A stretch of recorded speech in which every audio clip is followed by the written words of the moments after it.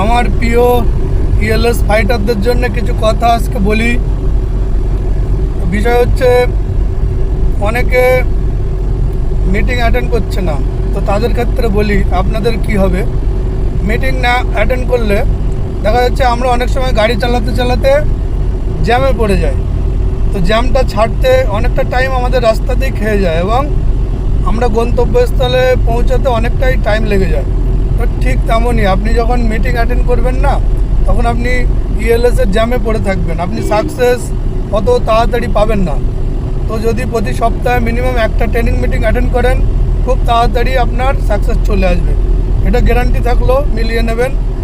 দেখুন, আমাদের কাছে যে মোবাইলটা আছে, এই মোবাইলটাও দিন একবার করে চার্জ দিতে হয়, তারপরে সারাদিন চলে।